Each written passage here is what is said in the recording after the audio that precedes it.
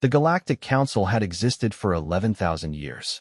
11,000 years of perfect order, careful diplomacy, and iron control over every species that dared reach for the stars. They had seen civilizations rise, stumble, beg for membership, and then quietly fall into line like obedient children.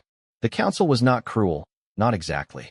They were simply certain that they knew better, that their experience made them wiser, and that any species new to the galaxy needed to be managed, guided, and, when necessary, contained. Humanity was the 342nd species to make contact with the Council. They arrived not with flowers or peace offerings, but with a small, battered ship that smelled faintly of engine grease and instant noodles. The Council's reception chamber was made of polished starstone, carved by artisans over centuries. The human delegates arrived in wrinkled dress uniforms, one of them holding a thermos of coffee. The Council's grand speaker, a towering insectoid creature named Velcathris, had looked down at the humans with the same expression a scholar gives a curious but ultimately harmless insect. "Welcome," Velcathris had said, in the patient, slow tone one uses with children. "You are young. You are small. We will help you find your place." Ambassador Elena Vasquez had smiled politely and said nothing. She had been smiling that same smile for 30 years in international politics. It meant absolutely nothing. The first mistake the Council made was assuming humanity was weak because humanity was new. This misunderstanding came from their data, and their data was, by every technical measure, accurate. Humans had only achieved faster-than-light travel 60 years ago. Their military fleet was a fraction of any major Council power. Their home system had exactly one inhabited planet, one struggling lunar colony, and a Mars settlement that still depended on supply ships to survive. On paper, humanity was a footnote. The Council had seen dozens of species at this exact stage. Most of them stayed footnotes. What the Council's data did not capture, could not capture, because no sensor array in the galaxy was built to measure it, was what humans had spent the previous 10,000 years doing before they ever touched the stars. They had spent those years failing. Catastrophically, repeatedly, and spectacularly failing. They had built empires and watched them collapse. They had invented weapons capable of ending their world and then, somehow, chosen not to use them. They had survived plagues, ice ages, famines, wars so brutal they reshaped the geography of their planet, and they had come out the other side not broken, but educated. Humans did not fear failure. They had a relationship with it. They studied it, named it, wrote books about it, and used it as fuel. When the Council assigned humanity a trade territory, they gave them the Varith Expanse, a region of space considered economically marginal, tectonically unstable, and largely ignored by every other species. It was a polite way of parking them somewhere they couldn't cause trouble. The Council believed they were being generous. They believed they were giving humanity a safe corner to grow slowly, under careful observation. They did not expect humanity to find the Varith Deep. The Varith Deep was an anomaly buried beneath the gas clouds of the Expanse, a region of space where the laws of physics became, in the words of Dr. Yuki Tanaka, the lead researcher who first mapped it, aggressively negotiable. Conventional sensors couldn't penetrate the gas clouds. Every major species had mapped around the Expanse for centuries because their instruments showed nothing of interest. Human engineers, however, had been working with faulty equipment since the beginning of their space program. They were used to instruments that lied. They had developed methods of cross-referencing bad data that no other species had ever bothered to invent, because no other species had ever needed to.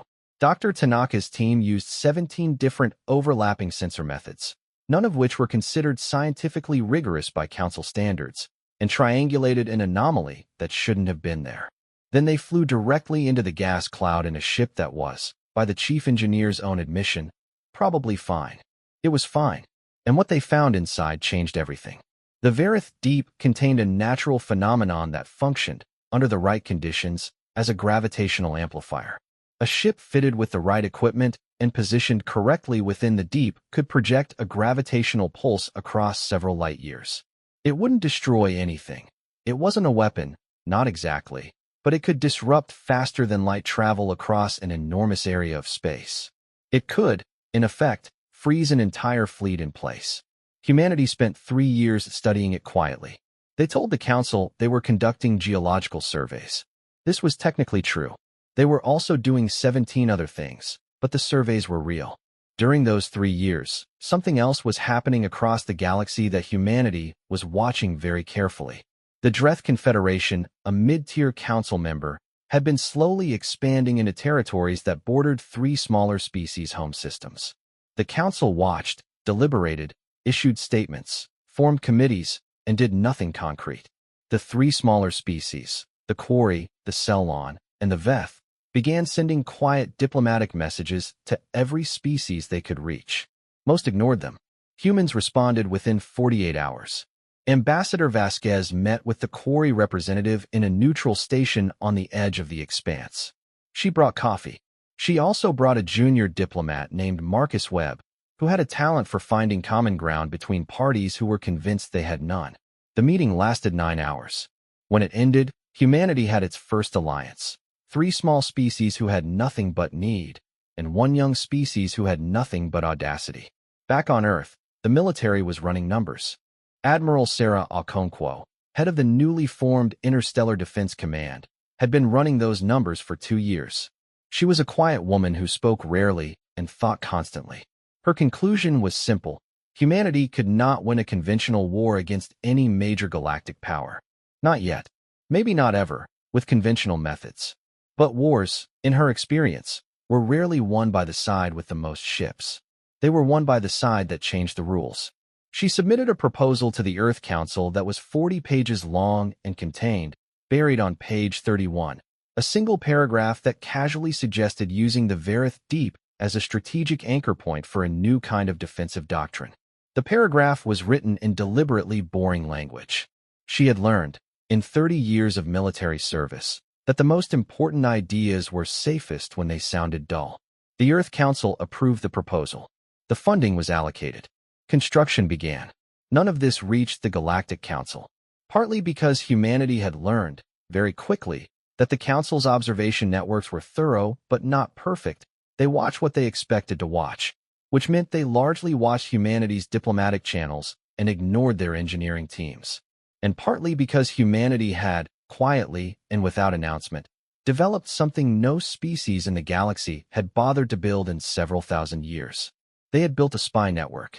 Not a glamorous one. Not the kind that showed up in stories. It was mostly graduate students, long-haul freighter crews, junior diplomats with good memories, and 1 retired intelligence officer named Huang Wei who had decided that the best use of his retirement was learning 11 alien languages and making friends in strange ports. It was embarrassing by galactic standards. It was also completely invisible to a council that was looking for military assets, not curious old men with a gift for conversation. By the end of the 3rd year, humanity knew the council's patrol schedules, their deliberation timelines, the 3 loudest fault lines in their political coalition, and the private opinions of 7 mid-level council officials who were, in various ways, unhappy with the way things were run. The council, for its part, knew that humanity was conducting geological surveys and had made some small friends on the galactic fringe. The first mistake had already been made. The council had looked at humanity and seen a footnote. They had given them a marginal territory and expected gratitude. Instead, they had handed them a fortress, 3 allies, and 2 years of uninterrupted preparation time. It would not be the last mistake, but it was the one that made all the others possible. The ones who would later write the history of this period, and there would be many, from many species, would note that the Council's first error was not ignorance. It was the arrogance that made ignorance feel like certainty. They had seen 341 species before humanity. They believed that made them experts. What had actually made them was predictable, and against an opponent who had spent 10,000 years studying the patterns of their own failures.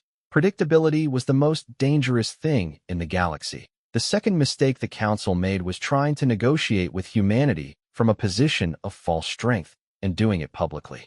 It started with the Dreth situation.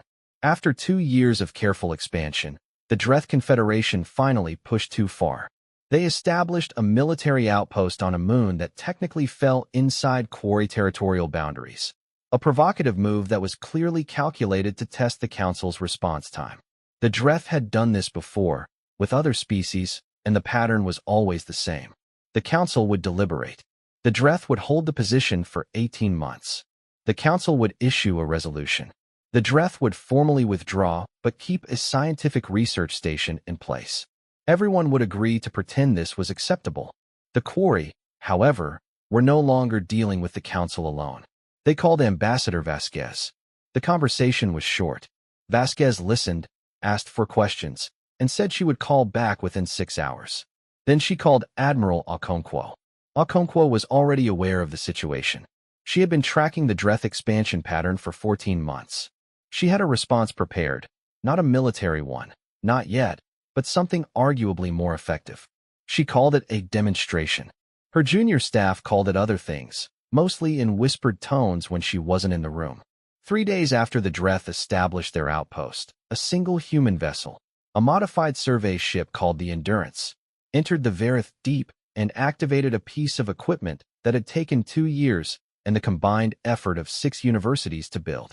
The gravitational pulse that emerged was carefully calibrated. It didn't touch the Dreth outpost. It didn't touch anything military at all.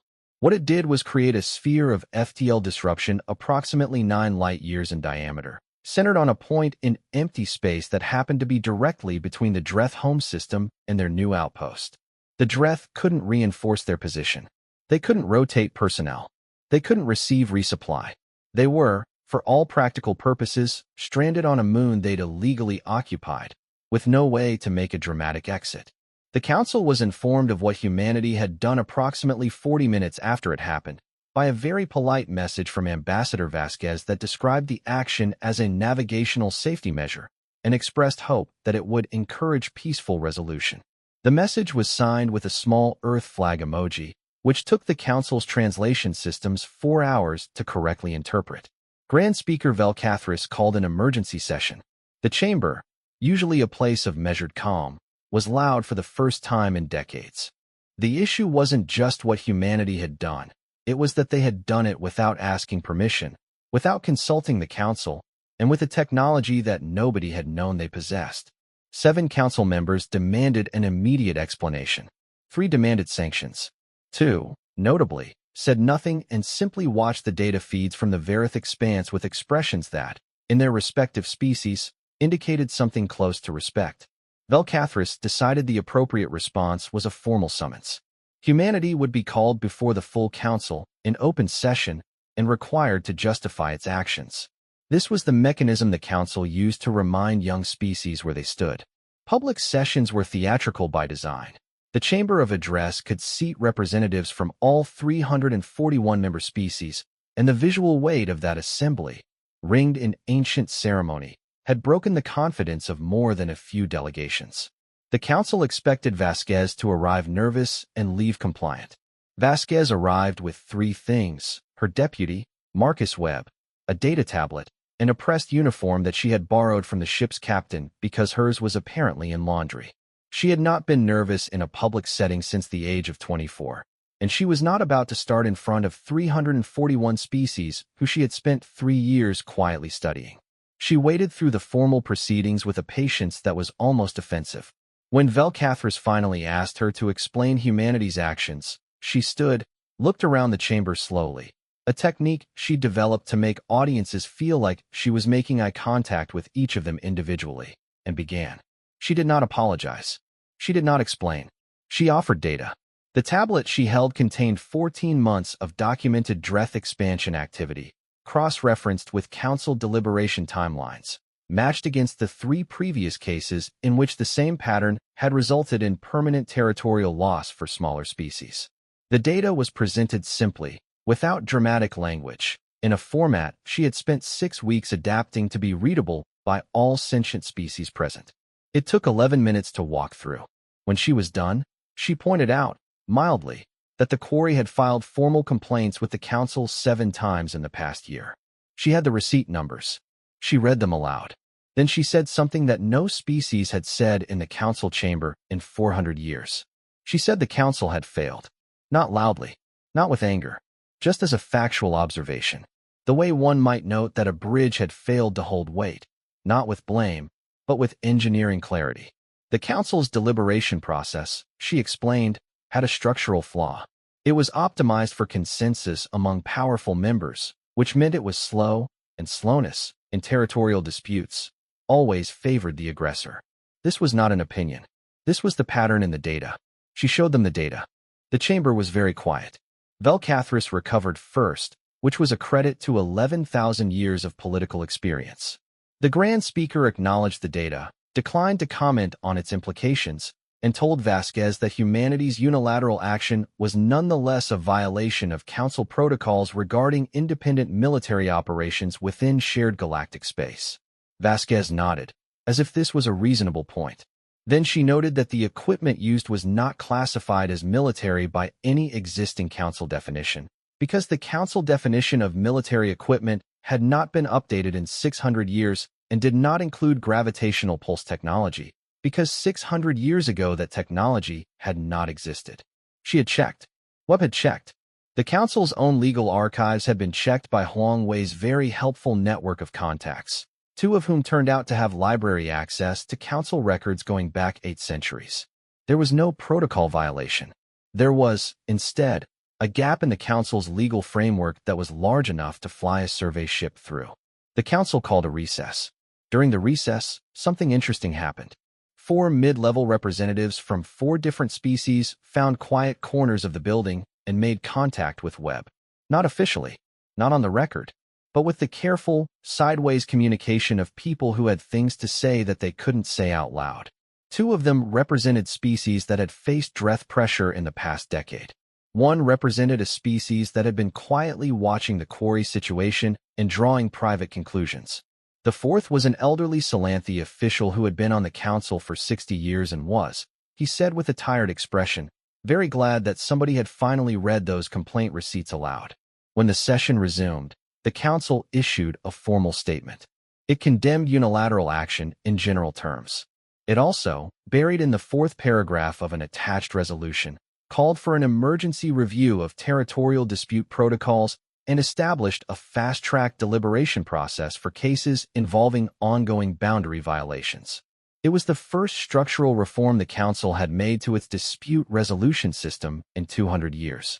It passed because the data was simply too clear to argue with publicly, and because 7 Council members who were tired of the Dreth had seen an opportunity they hadn't expected. Humanity did not celebrate. Vasquez had learned long ago that celebrating in public was a way of making enemies out of people who felt embarrassed. She thanked the Council for its thoroughness, expressed confidence in the new process, and asked, mildly, whether the navigational safety measure in the Verith expanse might now be deactivated, since the situation that had prompted it appeared to be on its way to resolution. The Council agreed. The pulse was deactivated. The Dreth outpost, now fully exposed to resupply, nonetheless chose to quietly withdraw within the month. Facing the full weight of Council attention, with the new fast-track process newly established and the entire chamber freshly reminded of the complaint receipts, the Dreth concluded that the moon was not worth the problem. The quarry sent Vasquez a gift, a piece of carved stone from their home world, which she kept on her desk for the rest of her career. What the Council failed to fully process, in the aftermath of all this, was what had actually happened. They had treated the session as a confrontation and emerged from it with a compromise they could live with. This felt, to them, like a successful management of a difficult situation. They had contained the incident. Humanity had pushed, the Council had pushed back, a resolution had been reached. What had actually happened was that humanity had demonstrated, in open session before 341 species, that the Council's legal framework had holes, that its deliberation process had structural failures, and that a single prepared human diplomat could walk into the most powerful political chamber in the galaxy with a data tablet and a borrowed uniform, and leave having forced a 200-year reform. And they had done it without raising their voice. The 4 species who had found corners during the recess were already writing messages home. The message, in various languages, said roughly the same thing. These humans are worth watching. Mistake 2 was now complete. The Council had tried to humiliate humanity publicly and had instead given them a stage. They had framed the confrontation as a test of authority and had instead handed humanity a platform to demonstrate, to the entire assembled galaxy, exactly how they thought, how they prepared, and what they were capable of when they walked into a room that was supposed to make them feel small. The council would spend considerable time in the following months reassuring themselves that this was a minor setback. They still had 11,000 years of institutional power. They still had the largest fleet in the galaxy. They still controlled the trade routes and the communication networks and the slow machinery of galactic law. They were not wrong about any of this. But they were about to make their third mistake, and it would be the one that cost them everything that mattered. The third mistake was the one that truly should have been avoided. After the council chamber incident, Velcathris convened a private strategy session with the 7 most powerful council members. This was not unusual. What was unusual was the conclusion they reached. After 11 hours of deliberation, they decided that humanity was no longer a footnote. They were becoming a problem. Not a military problem, not yet, but a political one. They were building alliances with small species. They were exposing gaps in council law. They were, in the blunt language of Counselor Drathmevi of the hegemony, teaching the wrong lessons to the wrong audience. The solution they chose was economic. The council controlled the primary trade routes of the galaxy. Every species that wanted to move goods efficiently, access galactic markets, or maintain commercial relationships with major powers needed council-certified trade corridors. These corridors were not just convenient, they were structurally necessary. 17 centuries ago, the council had deliberately designed the trade network so that independent routes were slower, more expensive, and required infrastructure that only existed inside the council's sphere of influence. It was a brilliant piece of long-term architecture, and it had kept hundreds of species commercially dependent on council goodwill without a single shot being fired. They decided to quietly adjust humanity's trade corridor access, not revoke it. That would be too visible, too easy to frame as punishment. Instead, they would reclassify several of the corridors humanity depended on as high-priority reserved lanes, which would require a lengthy relicensing process, increase the tariff structure significantly, and add inspection requirements that would slow cargo transit by an average of 3 weeks. This was the kind of move the council had used before on species that needed reminding of their place. Done correctly, it looked like routine administrative updating. Done correctly, it squeezed without appearing to squeeze. They did not do it correctly. The first error was one of timing. The reclassification was announced 6 days after the council chamber session. 6 days was not enough time for the political temperature to cool, and every species with any diplomatic awareness read the timing clearly. This was not routine administration. This was a response.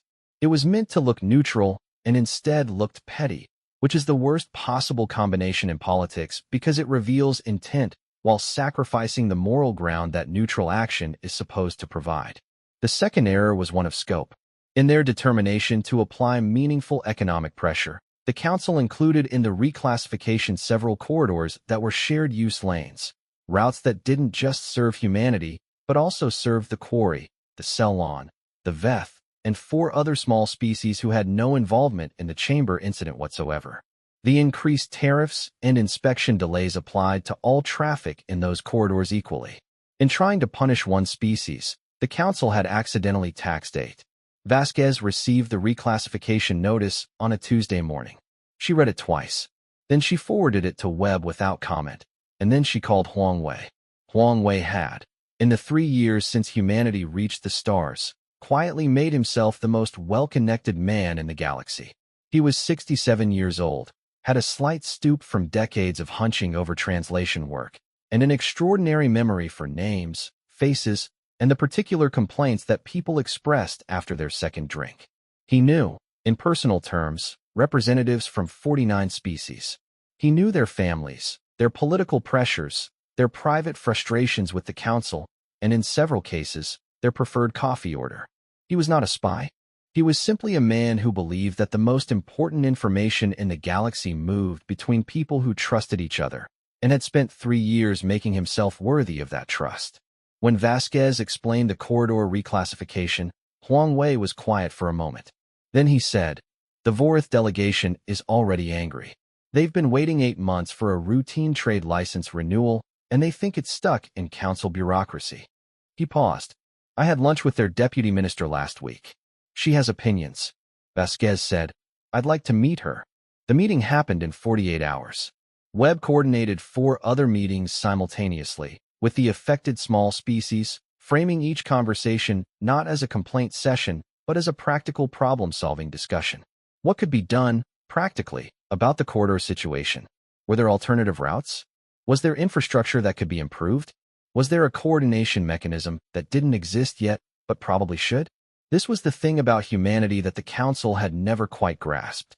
When humans encountered an obstacle, their first instinct was not to fight it or accept it. Their first instinct was to go around it. 10,000 years of building workarounds for an uncooperative world had hardwired this into their problem-solving approach. They didn't see a block trade route and think protest. They thought, what else is there? And can we make it work? Dr. Tanaka, still stationed in the Verith Expanse with her survey team, was pulled into a new project. The Expanse, it turned out, was not just home to the deep. The gravitational anomalies that made conventional sensors useless also made the Expanse an extraordinary shortcut through a region of space that conventional routes looped around by almost 30 light-years. Nobody had ever mapped a navigable path through it because the gas clouds were too dense and the gravitational currents too unpredictable for standard navigation systems. Tanaka's team, using the same cross-referencing methods that had found the deep, spent 3 weeks charting a corridor through the worst of it. They called it the Tanaka Run. It was rough, uncomfortable, and required a crew that was comfortable with instruments arguing with each other. It was also 40% faster than the Council's reclassified lanes, even with the new tariffs, and it cost nothing because the Verith Expanse was in human territorial waters. Humanity opened the Tanaka Run to all species. Free of charge. No licenses, no inspections, no paperwork. Just a set of navigation charts and a cheerful message from Dr. Tanaka that included a list of the instrument calibration tricks her team had developed and an open invitation for any species engineers to come study the Expanse directly. The Vorith deputy minister was the first non-human to fly the Tanaka Run. She sent a message to Huang Wei afterward that said, simply, I understand now. Within 2 months, 11 species were regularly using the Tanaka Run. Within 4, the volume of traffic through the Verith Expanse exceeded the combined traffic of 3 of the Council's reclassified corridors. The tariff revenue the Council had expected to gain from the reclassification was not just reduced, it was actively displaced, because the species using the run were building commercial relationships with each other and with humanity that didn't pass through Council infrastructure at all. The Council issued a statement declaring that the Tanaka Run had not been properly surveyed under Council navigation safety standards, and that ships using it did so at their own risk. This was technically accurate. It was also the moment that 6 neutral observers, species who had previously had no strong opinion about humanity or the Council, began paying very close attention to whose side they were on. Because the Council's safety statement arrived 3 days after the Vorith deputy minister's public account of her run, which she had posted to every communication network available to her and described as the most exciting 3 hours of travel in my career. The deputy minister was 72 years old and had been flying ships for 50 years. The contrast between her account and the Council's warning was noticed by everyone. Meanwhile, Webb was doing something that looked, from the outside, like routine diplomatic coordination. He was organizing a meeting, a formal one, with an agenda and everything, between the representatives of the 11 species that were using the Tanaka Run. The stated purpose was to establish safety protocols for the corridor and coordinate navigation data sharing. This was entirely genuine. The run did need safety protocols, and the navigation data was genuinely better when shared. The unstated outcome was that 11 species, most of whom had never had a formal diplomatic relationship with each other, sat in the same room for 2 days and discovered they had quite a lot in common. They had similar frustrations with Council bureaucracy. They had similar experiences of being given marginal territories, slow-walked on licensing, and talked to in the patient tone one uses with children. They had similar feelings about the corridor reclassification.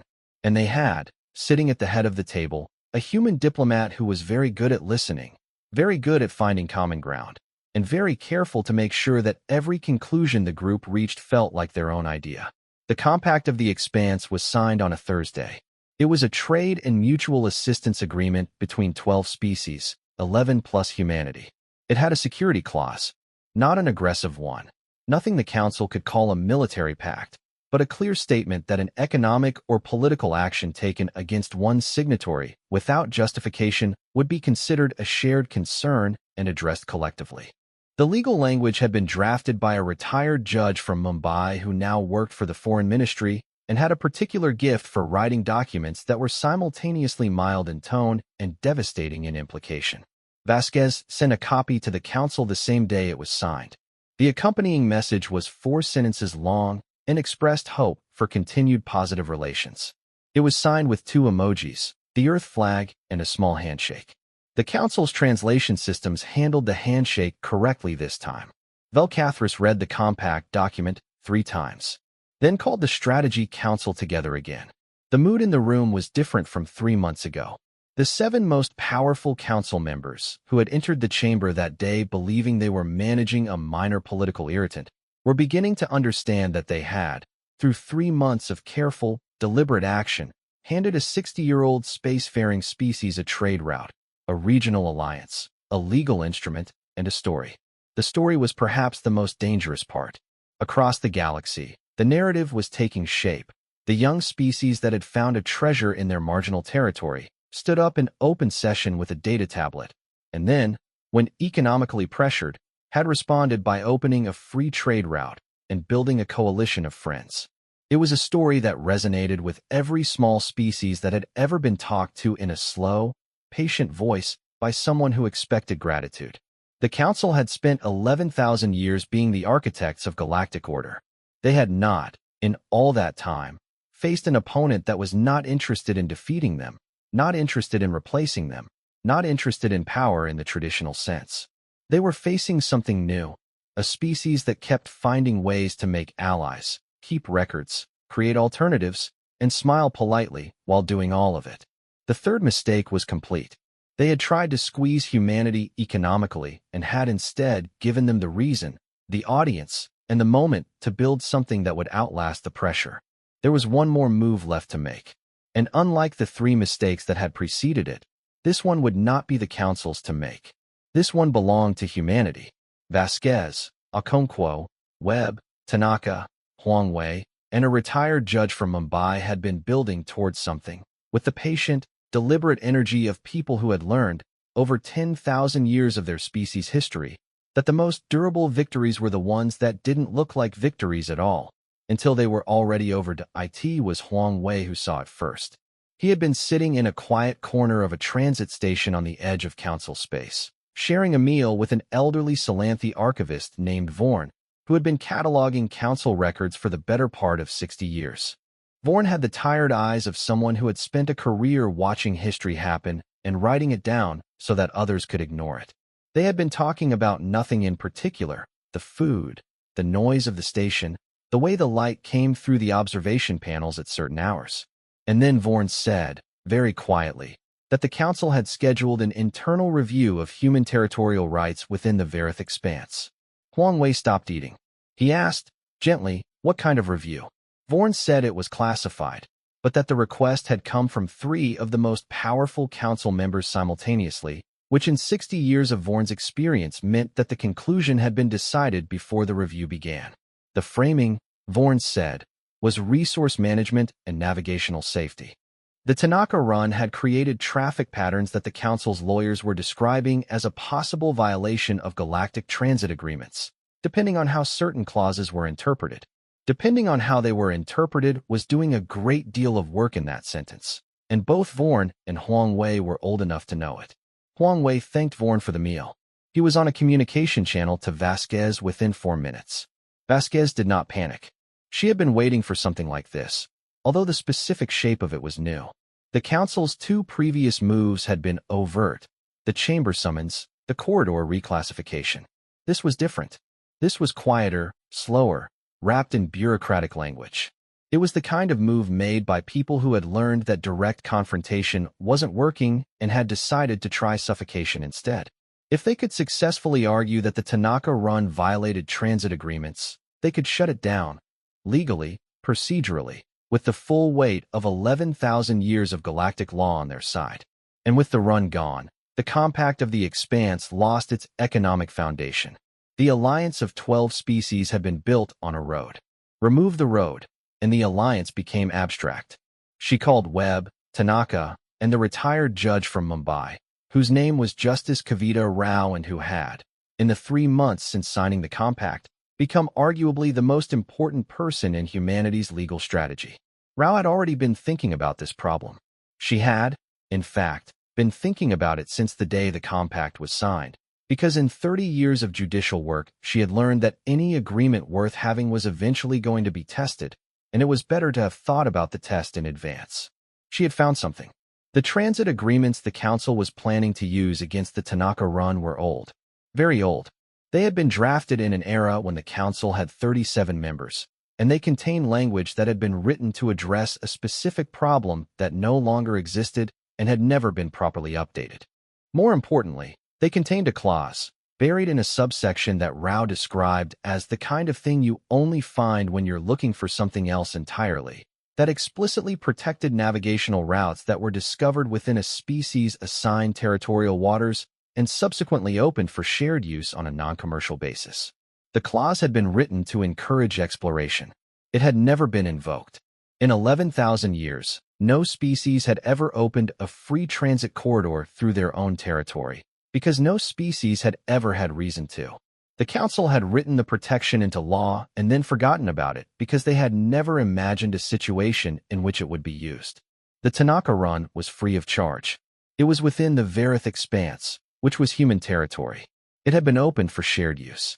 It fit the clause exactly, not approximately, exactly. Rao spent 3 days confirming this with 3 independent legal consultants, 2 of whom had spent decades working in council legal archives.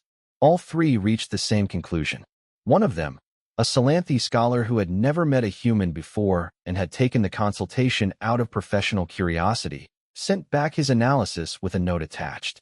The note said that he had found 2 other clauses in the same agreements that were relevant to humanity's situation and would be happy to discuss them if they were interested.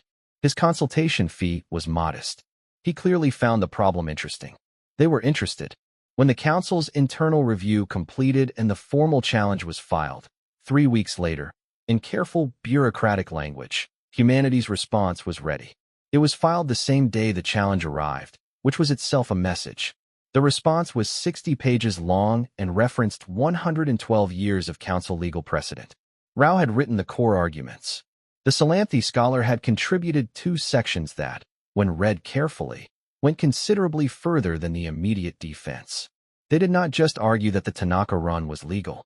They argued, with full documentation, that the transit agreements as currently written contain protections that applied to all 12 compact species, not just humanity, and that any challenge to routes operating under those protections would require the council to either prove a violation that didn't exist or amend the agreements, which required a full council vote. A full council vote meant all 341 member species voted, not just the 7 most powerful. All of them.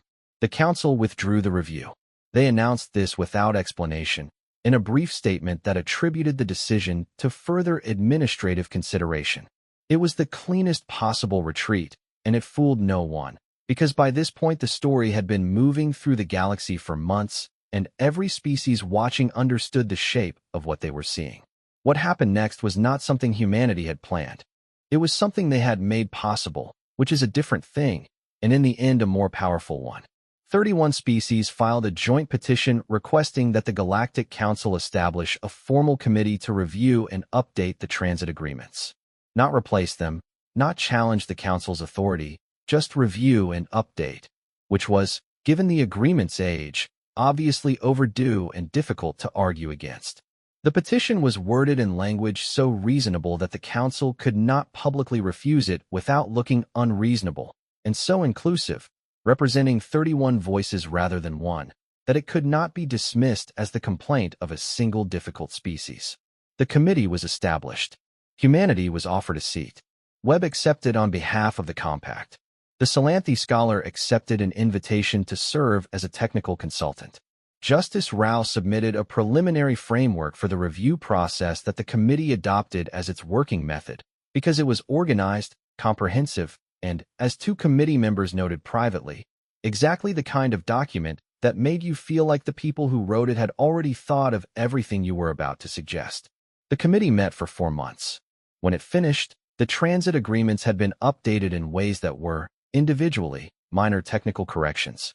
Collectively, they eliminated the specific interpretive loopholes the Council had planned to use against routes like the Tanaka Run, extended exploration protections to all territorial discoveries regardless of species age or fleet size, and added a dispute resolution mechanism that required binding arbitration before any transit challenge could be used as an economic tool.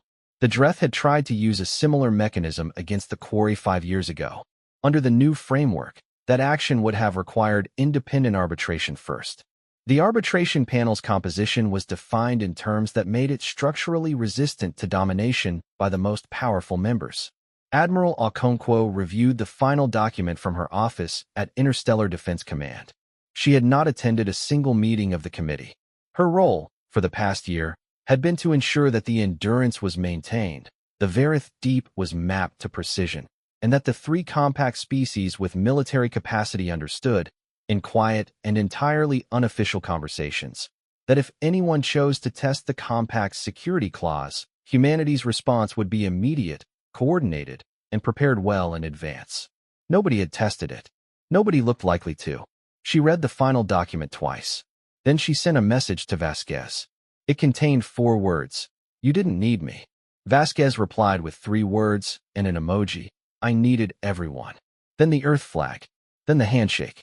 On the day the updated agreements were ratified, by a full council vote that passed with 219 members in favor, 68 abstentions, and 54 against, a distribution that surprised no one who had been watching, Velcathra sat alone in the chamber of address for a long time after the session ended. The chamber was empty. 11,000 years of civilization carved into the walls. 341 member species. The largest, most enduring political institution in the known galaxy. And in 60 years of operation, they had never once updated their transit agreements, because no one had given them a reason to. No one had ever found a free corridor through impossible space and opened it to the whole galaxy without charge. No one had ever walked into this chamber with a borrowed uniform and a tablet full of receipts. No one had ever responded to economic pressure by building a road. Velcathris did not know. Could not know that Huang Wei was at that moment having dinner with Vorn again, and that Vorn was telling him about 3 other committees whose membership structure was, on reflection, probably worth reviewing. Or that Webb was already in preliminary conversations with 7 species who had not signed the first compact, but were expressing interest in what a second, broader one might look like. Or that Dr. Tanaka had found 2 more anomalies in the expanse and had filed discovery claims for both, under the newly updated agreements that now made those claims ironclad. Humanity had won something. Not a war. There had been no war. Not dominance. They had not sought it. What they had won was something the Council had never thought to protect against, because no species in 11,000 years had ever wanted it. They had won legitimacy.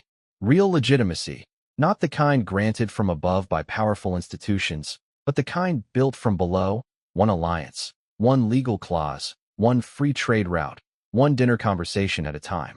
3 mistakes had handed them a fortress, a platform, a coalition, and a legal foundation. But it was the 10,000 years before the stars, the failures, the recoveries, the long education in how power actually moved and where it was actually kept, that had taught them how to use all of it.